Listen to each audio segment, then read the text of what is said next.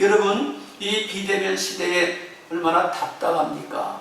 이 비대면 시대에 얼마나 마음이 곤고하십니까? 너가 믿음이 있느냐? 믿음이 있다면 그것을 행함으로 나타내 보이라는 거예요. 말씀을 듣기만 하고 말씀을 알기만 하는 것은 아무 능력이 나타나지 않습니다. 이 비대면 시대에 능력이 나타나는 회사가 있어요. 이 비대면 시대에 능력이 나타나는 개인이 있어요. 이 비대면 시대에 새생명교에 속해 있는 성도 여러분, 주님 안에 소속되어 있는 모든 주의 백성들 여러분, 비대면 시대에 여러분 말씀을 실천하길 축복합니다.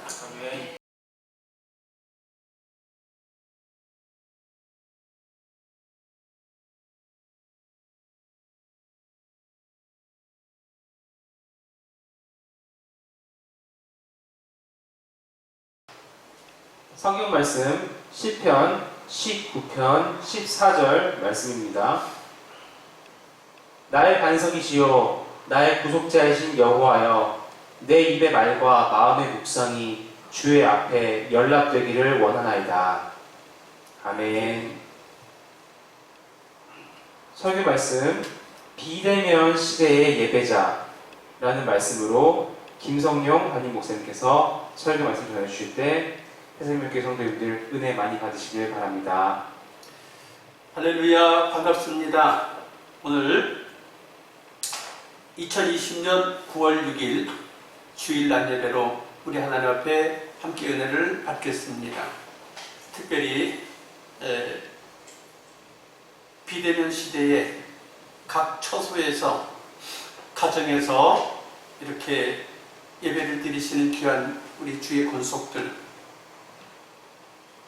이 시간에 하나님의 예비된 말씀에 큰 은혜를 받으시기를 축복하고, 또한 예배를 통해서 여러분의 영혼이 잘 되시고 범사가 형통하시기를 축복합니다. 또한 여러분의 모든 마음의 소원과 기도가 주께 연락되기를 축복합니다. 아멘. 나의 마음의 묵상이 주께 연락되기를 원하네. 생명이 되신 주, 반석이 되신 주, 나의 마음의 묵상이 주께 연락되기를 원하네. 아멘.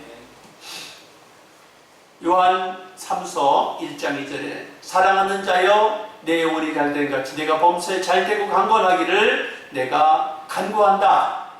요한 장로의 말씀입니다.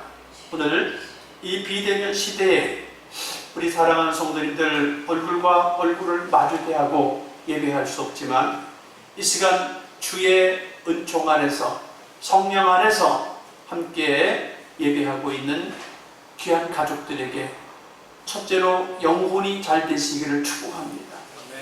영혼이 잘 되고 아울러 범사가 잘 될 수 있기를 주님의 이름으로 이 종 또한 축복합니다. 코로나 시대를 맞아서 매우 혼란스러워 하시고 염려와 고통 가운데 계시는 분이 있는가 하면, 코로나 시대를 만나서 새로운 기회이구나 하는 반응을 보이는 귀한 두 종류의 성도님들이 계실 줄 믿습니다.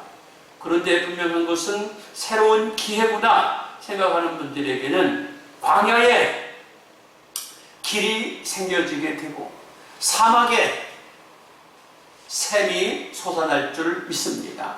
또한 광야에 사막에 생수의 강이 흐를 줄을 믿습니다. 오늘 예배에 동참한 저와 여러분의 생수의 강이 넘쳐나기를 축복합니다. 먼저 비대면 시대의 예배자는 말씀을 듣고 행동으로 실천하는 사람이 되어야 한다는 말씀을 전하고 싶습니다. 말씀을 듣고 행동으로 실천하는 사람. 요한계시록 1장 3절에 이 예언의 말씀을 듣는 자가 복이 있다. 시편 1편 2절에 주야로 말씀을 묵상하는 자가 복이 있다. 시편 119편 105절에 주의 말씀은 내 발의 등이요 내 길에 빛이니이다 라고 말씀하고 있습니다. 또한 요한계시록 22장 7절에서는 이 예언의 말씀을 지키는 자가 복이 있다 라고 말씀합니다. 정말로 우리 비대면 시대에 살고 있는 성도님들, 성경 말씀을 알고 있는 것, 성경 말씀을 늘 듣고 있는 것 중요합니다.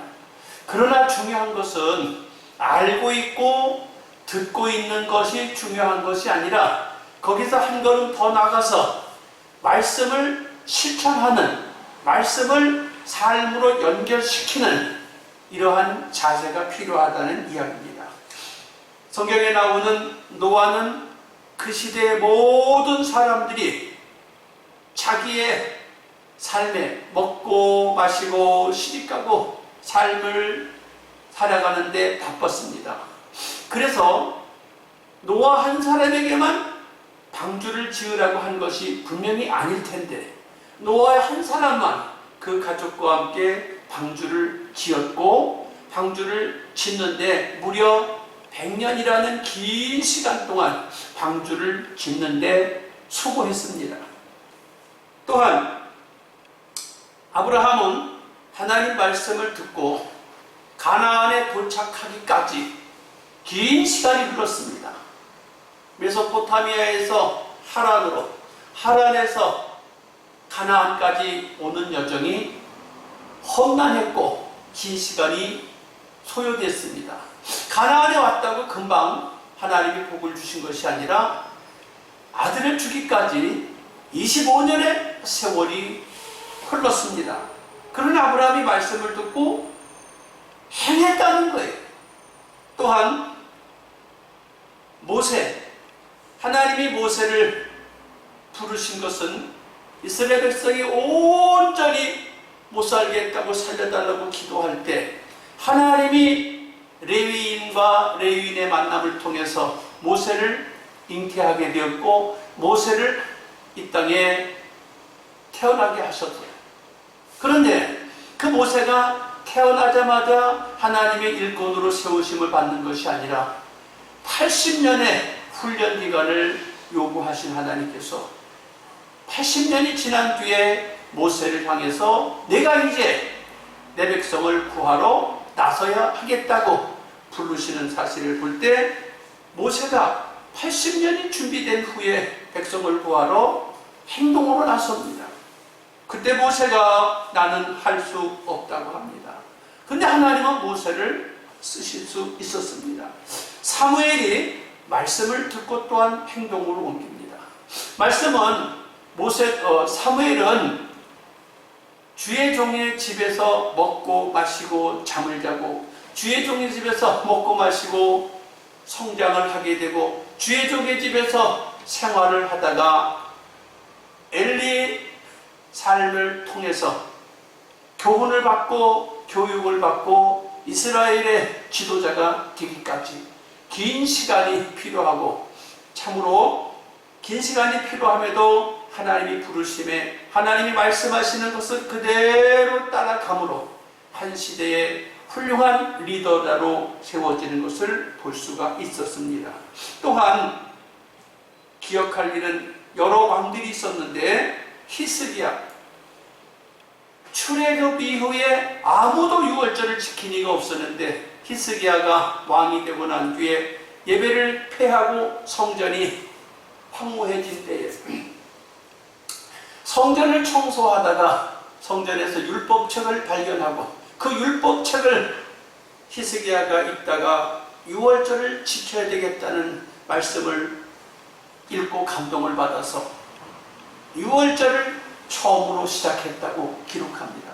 우리는 말씀을 듣고 말씀을 알고 있는 것을 삶의 실천으로 옮길 때에 하나님이 역사해 주시고 하나님이 큰 물결을 움직이게 하시고 그 사람을 통해서 광야에 길이 생겨지게 하고 그 사람을 통해서 사막에서 생수의 강이 흘러나게 한다는 말씀입니다.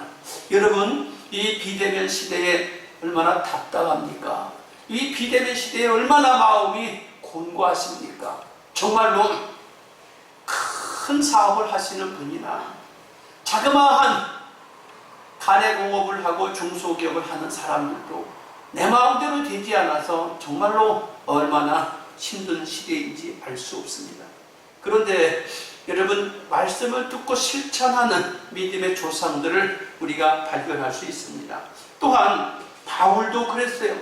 바울도 공부한 말씀을 통해서 성령의 음성을 듣고 성령의 인도하심을 받고 복음 증거자가 되었을 때 바울을 통해서 세계 복음화가 길이 열렸다는 사실입니다.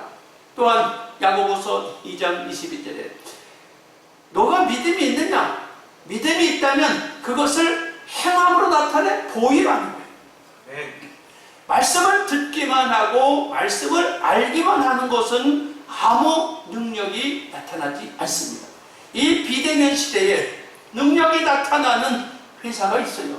이 비대면 시대에 능력이 나타나는 개인이 있어요. 비대면 시대에 두각을 나타내는 업종이 있다는 사실이에요.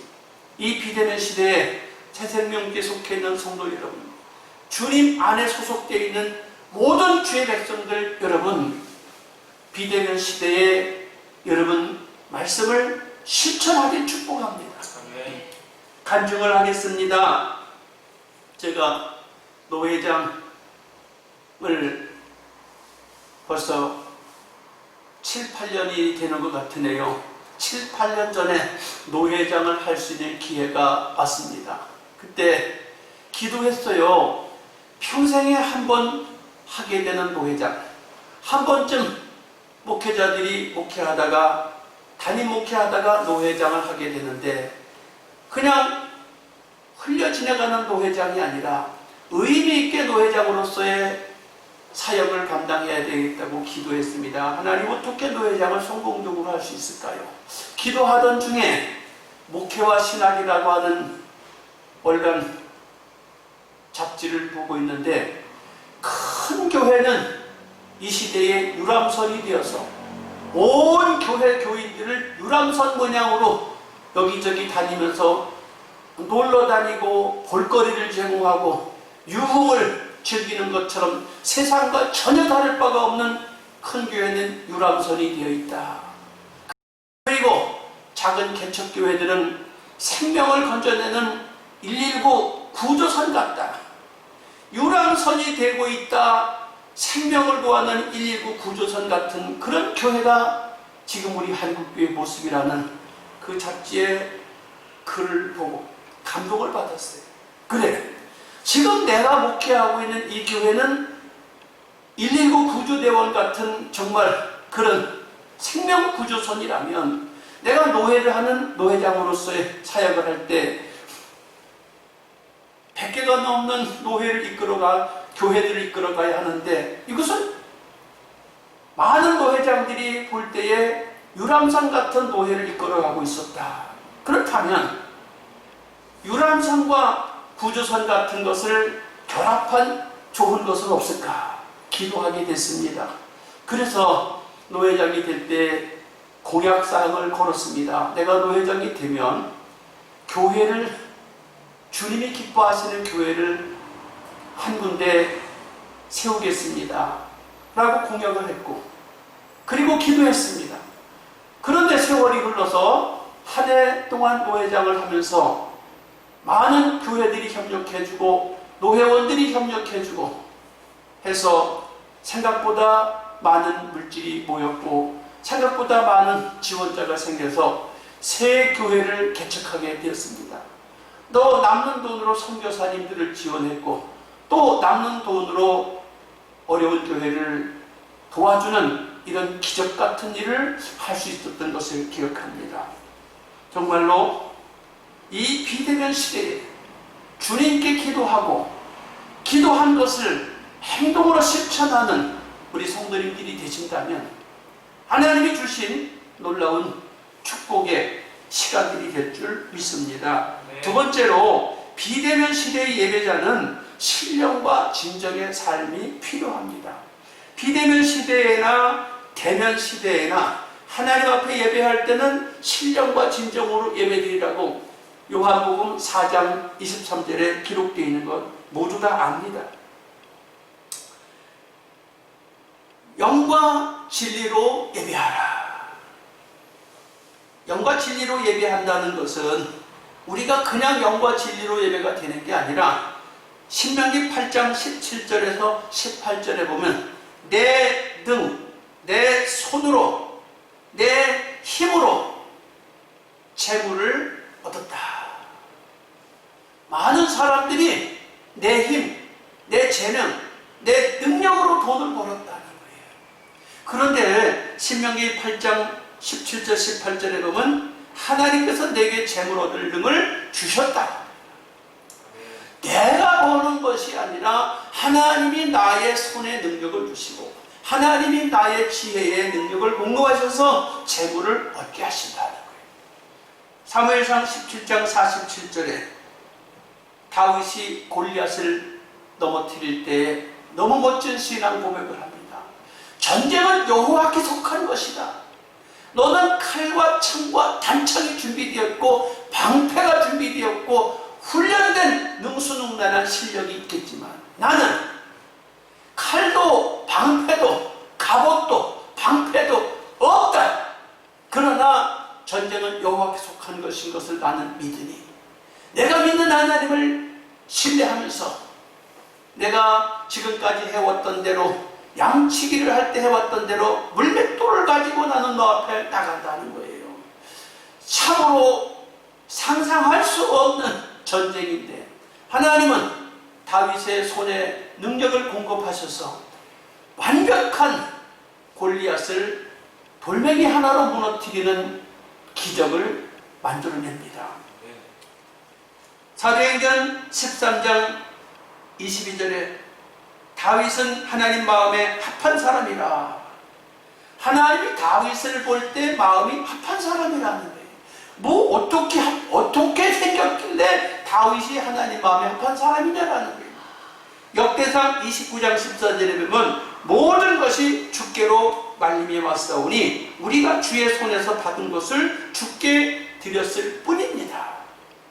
다윗이 인생을 마칠 즈음에 모든 전쟁에서 이긴 전리품들, 왕으로 있을 동안에 수많은 조공을 받은 것들을 하나님의 창고에 갖다가 다 바칩니다. 그렇게 바치면서 하나님의 성전을 짓겠다는 거예요. 하나님의 성전을 짓겠다면서 어마어마한 물질을 하나님 앞에 바칩니다. 우리 비대면 시대에 여러분 예배하실 때에 주님 앞에 말씀을 듣고 아멘만 하고 끝나는 것이 아니라 신령과 진정으로 하나님 마음에 합한 다윗 같은 자세가 되어서 내가 주님께 주님이 나를 이 시대에 살고 있게 하셔. 주님이 나의 가정을 지금도 이끌고 계셔. 주님이 지금도 나의 직장을 지켜주셔. 주님이 지금도 나에게 사업을 할 수 있는 은혜를 공급하셨어. 하고 주님께 여러분 빈손으로 예배드리면 안 됩니다. 다윗의 심정으로 하나님이 보실 때 내 마음에 합한 사람이다 하는 마음으로 여러분 주일마다 교회 오셔서 예배드릴 때에 귀한 예물을 정성껏 봉헌해 왔습니다. 여러분 대면하여 예배드릴 때도 정성껏 예물을 드린 같이 비대면 예배를 드릴 때도 여러분 주님께 정성껏 예물을 주님께 드려야 돼요. 신령과 진정의 마음으로 예배드린다는 것은 마음만 드리는 것이 아니라 나의 삶이 나의 귀중한 물질이 주님께 올려줘야 하는 것입니다. 그랬더니 그렇게 했더니 사무엘하 7장 13절에 보니까 나는 그의 나라의 위를 영원히 견고케 하리라. 기적입니다.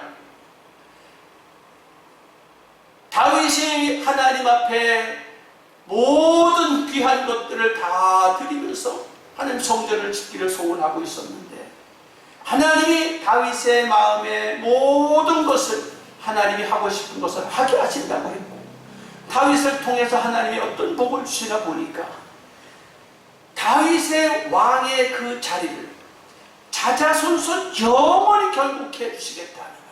정말로 얼마나 멋있습니까? 여러분, 사람이 살면서 복을 받고 형통하면 그것이 자식에게 그 복이, 물질이, 재산이, 명예와 권세가 자식한테 물려가기 원합니다. 그런데 하나님께서 다윗이 구하기도 하는 너의 자자손손에게 왕의 자리를 물려주도록 한다. 내가 지켜준다. 얼마나 멋있습니까? 여러분, 내가 내 가정을 책임지겠다고, 내가 내 회사를 책임지겠다고, 내가 나의 직장을 책임지겠다고, 그렇지 않습니다. 하나님이 신령과 진정으로 예배하는 자를 찾으시고 그 사람을 통하여 하나님이 책임져 주시면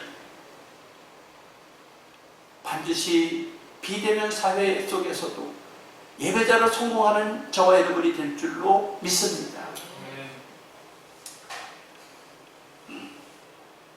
다윗은 비대면 하나님을 대면하는 하나님으로 모시고 신앙생활했기에 그 엄청난 복을 자자손손 왕의 위를 물려줄 수 있고 그 후손을 통해서 메시아가 탄생할 수 있다는 사실입니다. 오늘도 이스라엘 나라의 국기는 그 나라에서 펄럭이고 있습니다. 그런데 그 나라의 국기가 다윗을 상징하는 별이라는 것입니다. 신령과 진정으로 예배하는 우리 믿음의 식구들 되시기를 축복합니다. 세 번째, 비대면 시대의 예배자는 사랑과 친밀함을 살아야 한다는 거예요. 사랑과 친밀함을 살아야 된다. 이 말은 다른 말로 하면 베드로후서 2장 4절에 신의 성품에 참여하라 하는 말과 같습니다. 우리 사람들이 성품이 신의 성품과 같아야 된다는 거예요. 신의 성품을 요약한 것이 마태복음 22장 37절로 40절에 하나님의 사랑, 이웃사랑, 하나님의 사랑, 이웃사랑, 하나님의 사랑을 하는 것이 우리 성도들이 해야 할 첫 번째. 대면하여 예배를 드리든 비대면하여 예배를 드리든 하나님 사랑이 우리 인생들에게 있어서 첫 번째 하나님 사랑을 감당해야 한다는 거예요.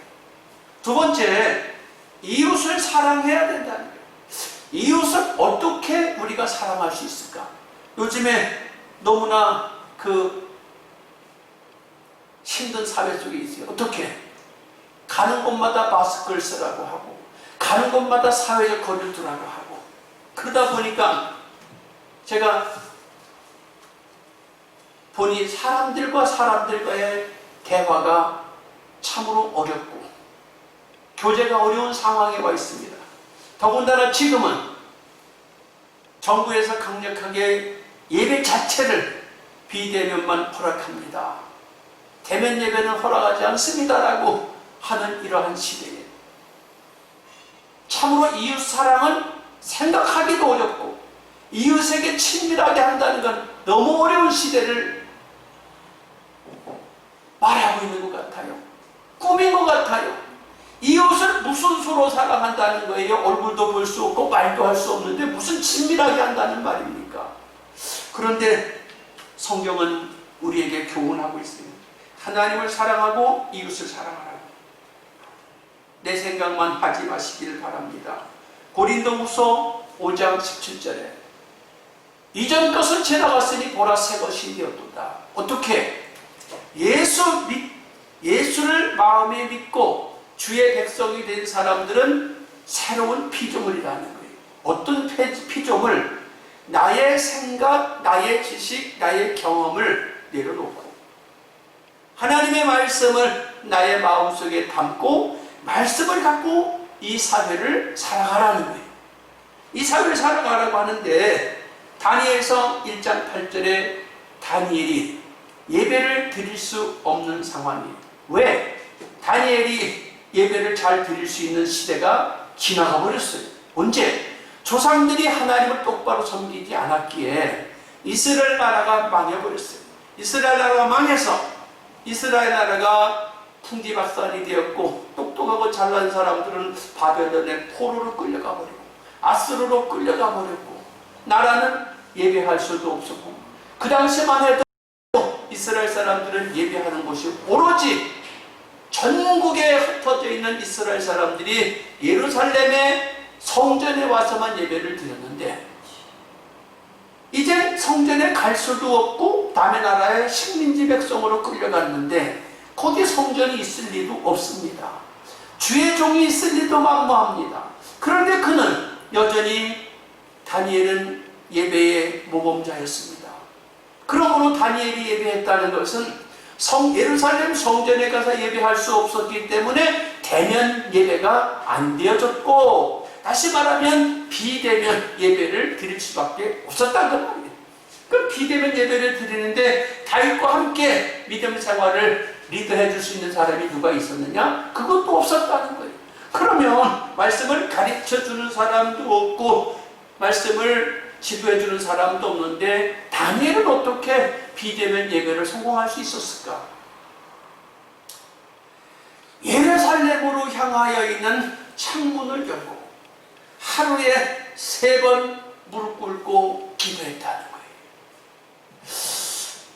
다니엘만 특별한 거 아닙니까? 그래요. 오늘 이 시대에도 이스라엘 백성이 출애굽했을 때에 10명의 사람은 부정적인 생각을 가지고 가나안 땅에 들어가면 우린 거기 죽는다. 거기 못 들어간다.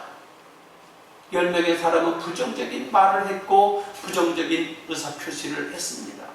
그러나 2명은 거기는 가면 하나님 축복한 땅이다. 들어가자. 긍정적인 말을 했습니다. 하나님의 말씀에 순종했다는 그 말이에요. 하나님의 말씀에 순종했다는 건 사랑했다는 거예요. 지금 이 시대의 비대면 사회 때나 다니엘 때나 이스라엘 백성이 출애굽해서 광야에 40년 동안 머물 때나 같은 상황입니다. 그렇다면 어떻게 우리가 하나님을 예배할 수 있느냐라는 거예요. 뜻을 정하는 거예요. 뜻을 정하는 거예요. 뜻을 정하는데 어떻게? 하나님을 향하여 나는 기도하겠다. 하나님을 말씀대로 나는 하나님을 사랑하고 이웃을 사랑하고 친밀하게 해주겠다. 하나님을 사랑하여 내 신앙을 지키고 이웃을 사랑하고 이웃을 친밀하게 해서 마스크를 쓰고 대화도 안 되고 마스크를 쓰고 사업을 해야 되고 마스크를 쓰고 삶을 살아가는데 무슨 수로 이웃을 전도하느냐라는 거예요. 친밀하게 하는데 마음의 문이 안 열릴 사람이 있습니까? 아무리 비대면 사회에도 친밀하게 하는데 마음이 안 열릴 사람이 어디 있습니까? 친밀하게 하면 사랑하면 마음의 문이 열립니다.